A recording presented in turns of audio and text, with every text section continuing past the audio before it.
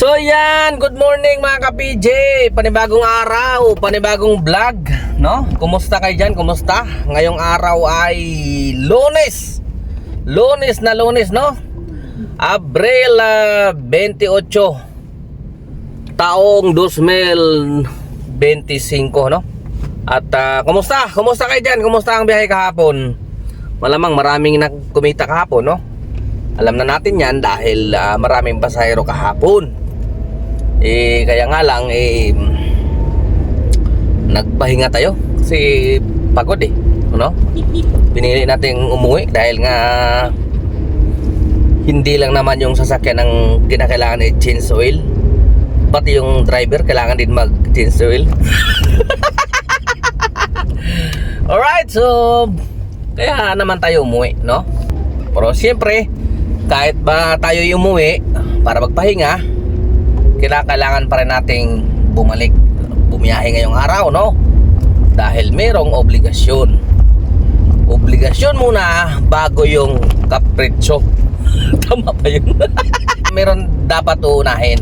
Kaya tayo ngayon ay nandito sa kalye para makipagbakbakan, maghatid serbisyo sa ating mga mananakay.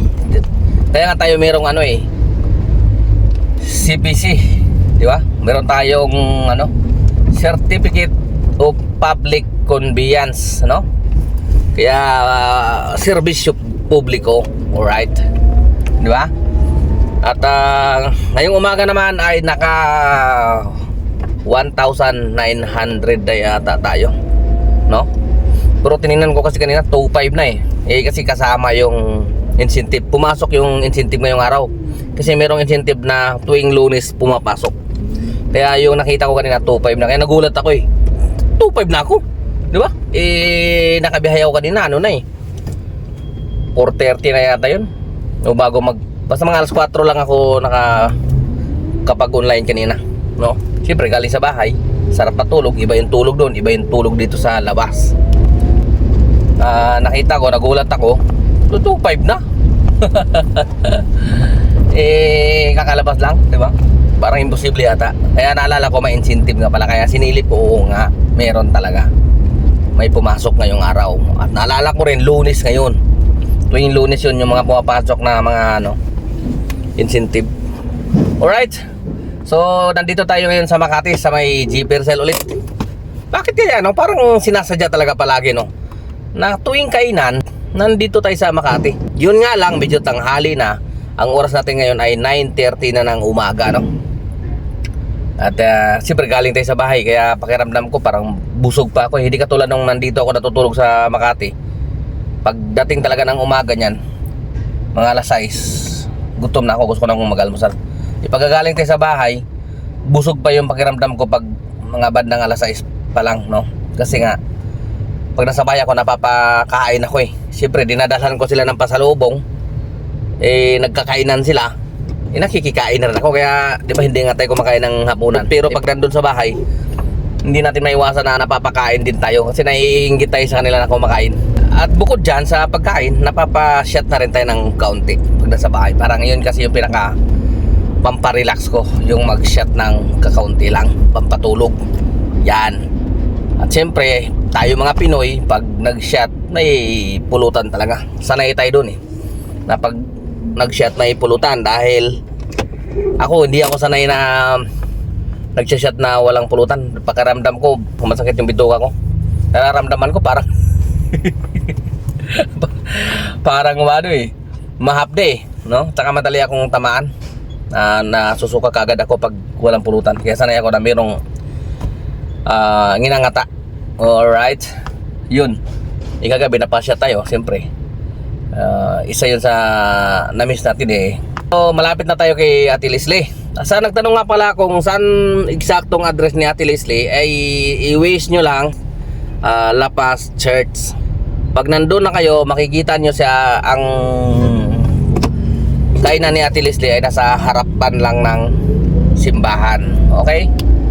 At palagi ko naman yan sinasama sa video ko, kaya hindi na siya mahirap hanapin. Tapat din niya yung water refilling station. Alright?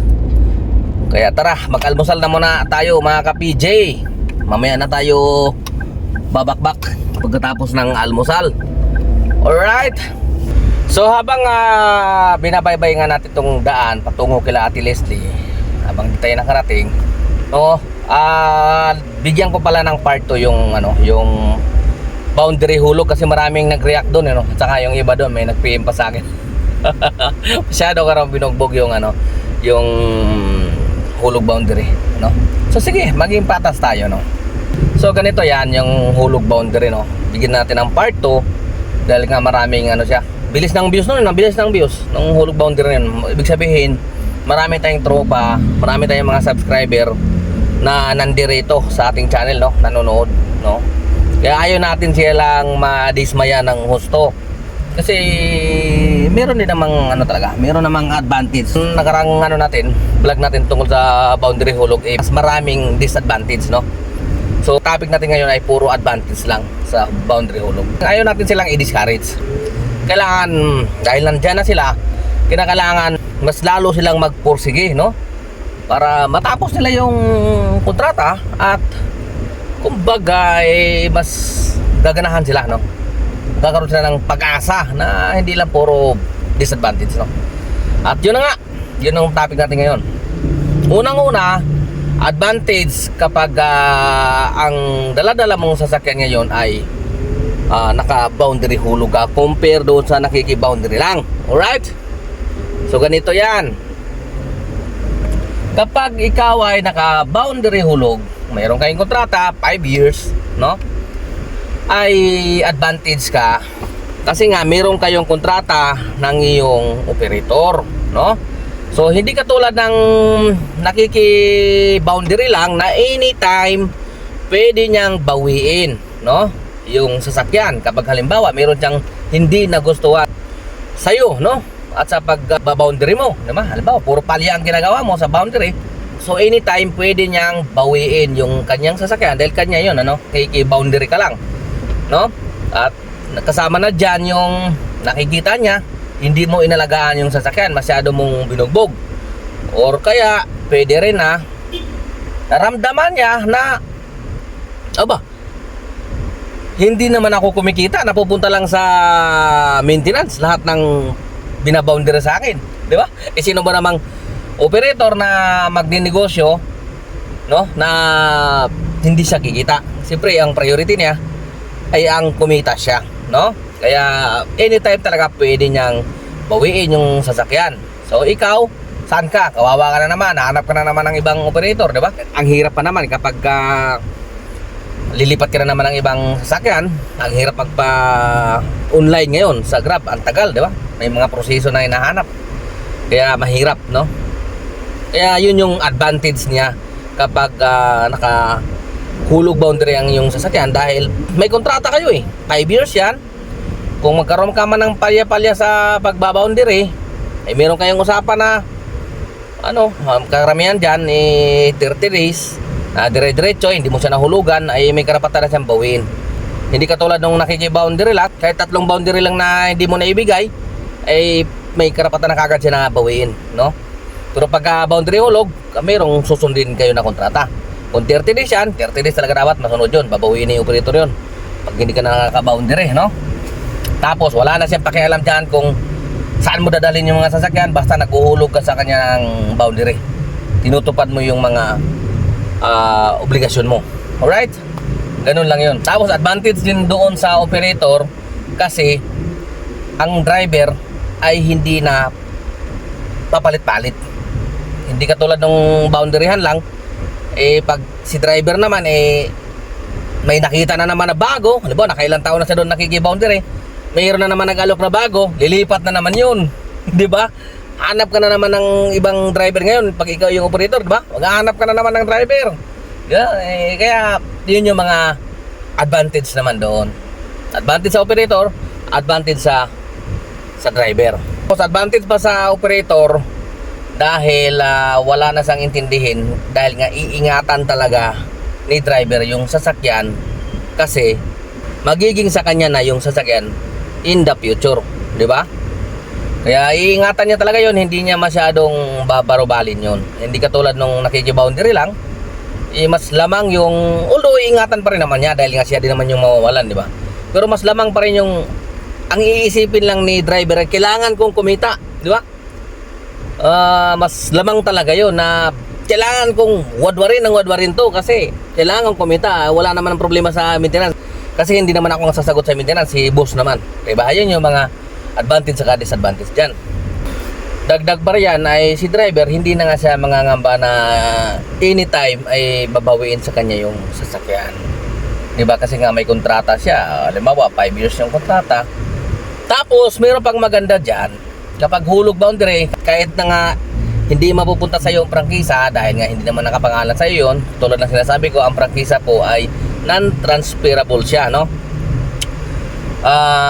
Pagkatapos ng kontrata nyo 5 years, kung brand new yung sasakyan na nakuha mo, eh yung prangkisa naman yan ay 7 years.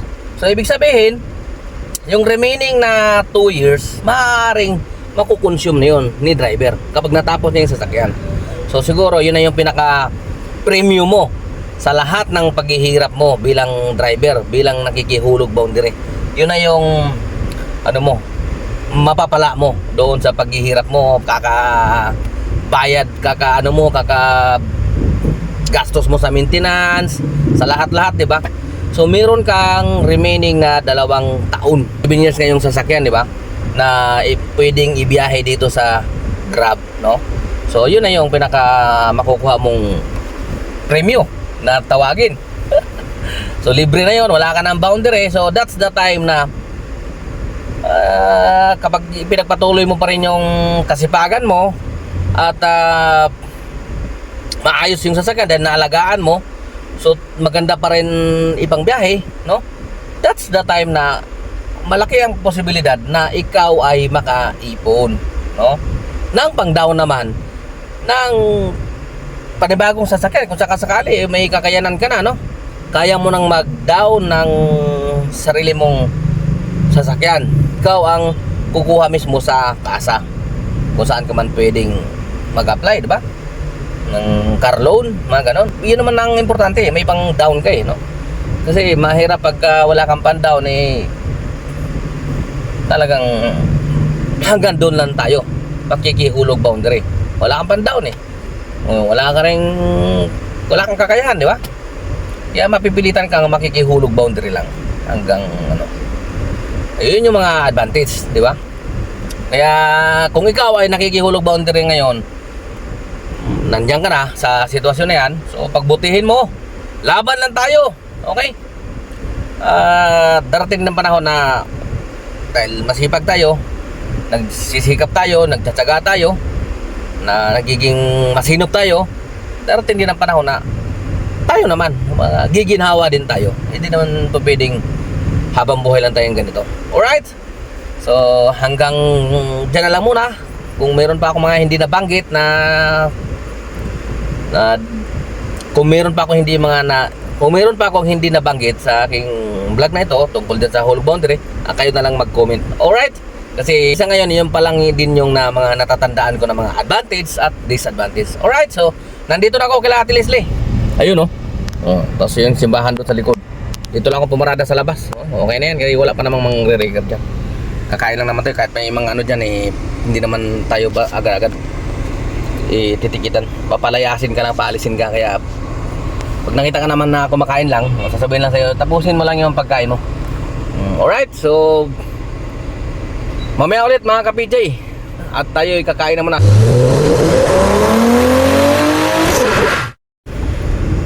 Wash out. Shout out pala, pa-shout out kay Sir Alberto Junior Manioska. Yan, ingat sir, ingat, at magandang hapon sa'yo. At kay Sir Adrian Dioso, no? From Canada daw. Wow. Naka-Canadian dollar si Sir, Canada. Alright, so shout out sa iyo, sir. At magandang hapon. Ingat ka dyan sa ibang bansa. Alright. Tara, tayo'y magpahinga muna. Silong-silong muna tayo, sobrang init. Alright. Mamaya-maya tayo ulit, pahinga tayo mga kahit isang oras lang para makapahinga din yung makina natin. Okay. Saka gusto ko manang pumikit ng konti. Medyo inantok ako eh. Gawa ko dulog, sobrang antok eh. Punong-puno yung ano. Paano ba mawala yung antok? Ganun-ganunin mo siguro, no?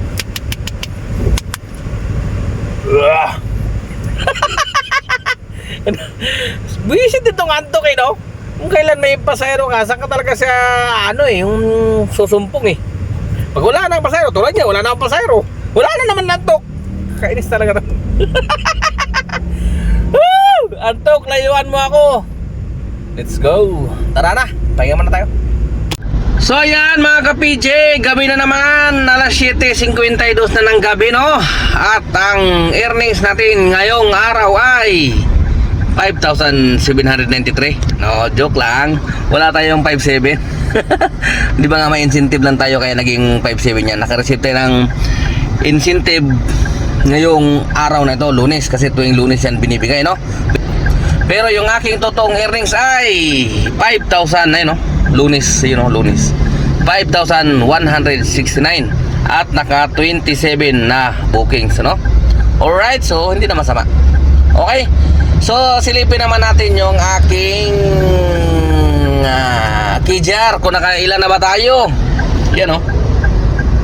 Out of 450, naka 524 na tayo na rides, no? 28 pa lang ngayon, may 2 araw pa ba tayo? So sigurado papalo lang tayo ng 550 niyan. So ito 524.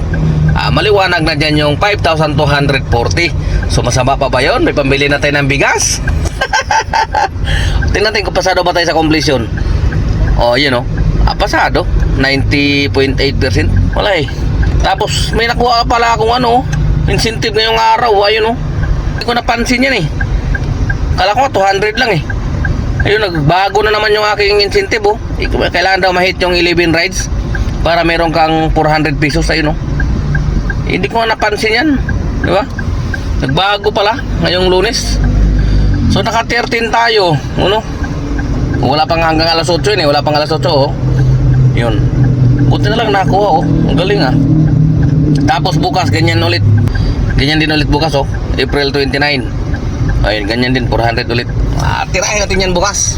Kailangan makuha din natin yan para meron na naman tayong makuha sa next week. Sa Lunes ulit yan ibibigay. Okay? So tara na. Ako ay magpapahinga na mga ka-PJ. Nandito na ako ngayon sa Jupiter Street, no? Malapit sa In Garcia, sa may dating Reposo. Diretso na ako sa aking baluarte para magpahinga at maaga pa ulit ako bibiyahe bukas.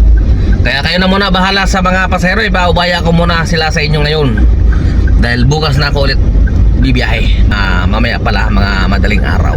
Alright, so ka-PJ nyo, temporary setting off. Adios sa inyo lahat. Ingat!